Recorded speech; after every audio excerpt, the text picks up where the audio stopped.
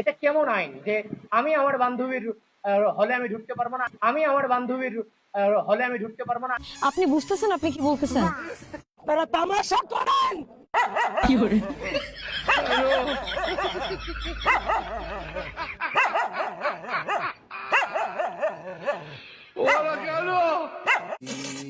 প্রিয় আবিদ ভাইয়া, অনেকদিন ধরে অনিদ্রা অনাহারে থাকতে থাকতে আপনার বর্তমানে মানসিক শারীরিক সমস্যার সৃষ্টি হয়েছে, সেজন্য আপনি এরকম করে কথা বলতেছেন। কি করে?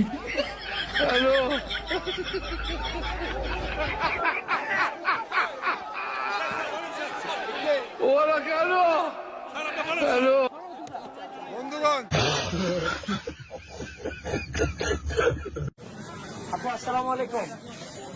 আপু ভয় পাচ্ছেন কেন? কেমন আছেন?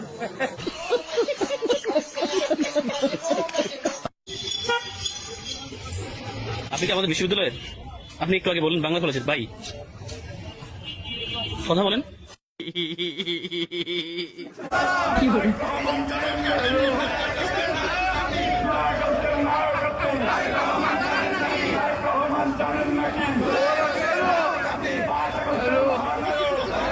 নয়ন স্লোগান বন্ধ করতে হবে, নয়ন নয়ন স্লোগান বন্ধ করতে হবে। বিএনপির কথা শুনবে না হয় এখান থেকে ইউএনওগিরি অফিস ছেড়ে অন্য জায়গায় চলে যেতে হবে।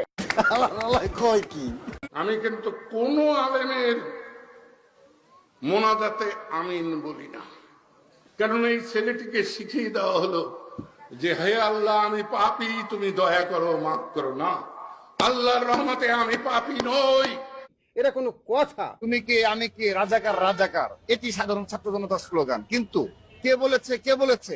আমরা বলেছি, ছাত্রদল বলেছে স্বৈরাচার স্বৈরাচার। কে বলেছে স্বৈরাচার?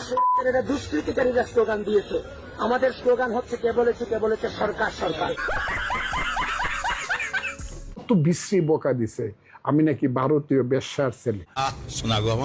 আমাকে ফুজু পাগলা বলে, আচ্ছা আমাকে ফুজু পাগলা বলে।